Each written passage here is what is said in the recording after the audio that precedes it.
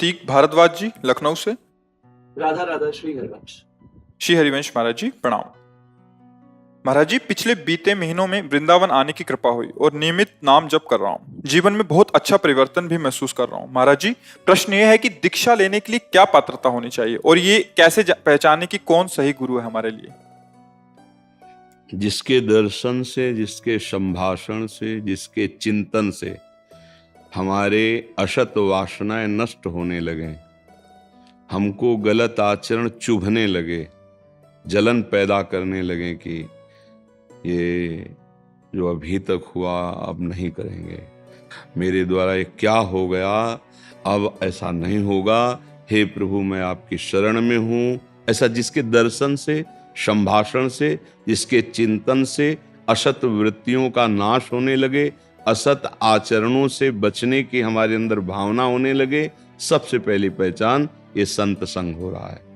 संत संग का तात्पर्य होता है असत क्रियाएं, असत चिंतन, असत वार्ता, असत भाव, इनका नाश होना। तभी तो सद्भाव, सतचिंतन, सत्क्रियाएं सत्संग के द्वारा प्राप्त होती है। संत वही जिसके दर्शन से, संभाषण से, चिंतन से हमारी अशद वासनाएं मिटने लगे, सद्वासना जागृत होने लगे।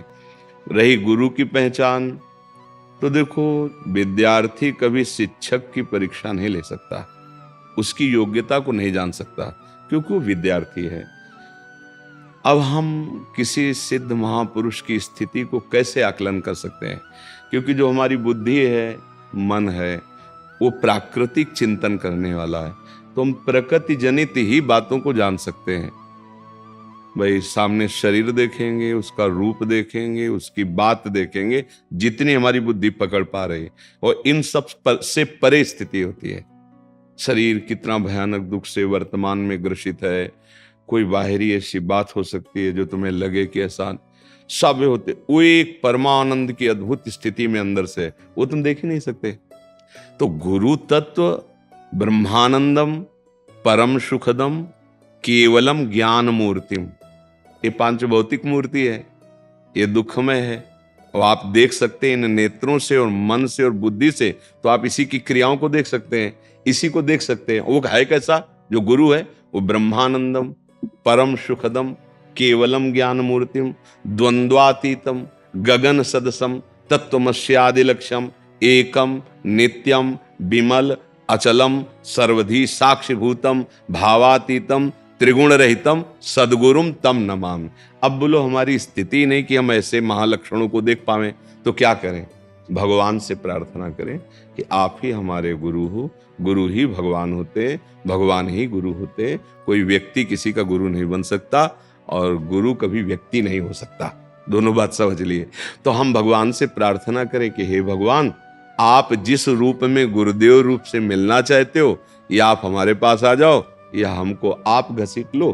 तो वो जब पहुंचाएंगे, या वो जब आपको वहां पहुंचा दें या उनको वहां पहुंचा दें, उसमें कोई संशय नहीं होगा, क्योंकि भगवान के अनुग्रह से ही सद्गुरु रूप भगवान की प्राप्ति होती है। पर हम सत्संग या संत संग का लक्षण इन तीन बातों से जान सकते हैं। हाँ, हमारी क्रियाएं, हमारा चिंतन और हमारी जो भी भावनाएं, वो सब सत्य की तरफ चलने लगे, तो समझ ले कि हमारा संत संग हो रहा है। और यदि ऐसा नहीं, तो या वो संत नहीं है या फिर हम उनकी आज्ञा पालन नहीं कर रहे। दोनों बात हो सकती है। अब रसोई बना के दे दो, आप पाओ ना, तो फिर क्या है? तो ऐसे मंगलमयी अनुभूत बातें उनकी जो निकल रही, उनमें उनकी सामर्थ्य है, आप उनको स्वीकार तो करो। तो देखो, जो आप नहीं छोड़ पा रहे थे उनकी सामर्थ्य से छोड़ दोगे, उन वचनों के साथ सामर्थ्य है, आशीर्वाद मांगने की जरूरत नहीं।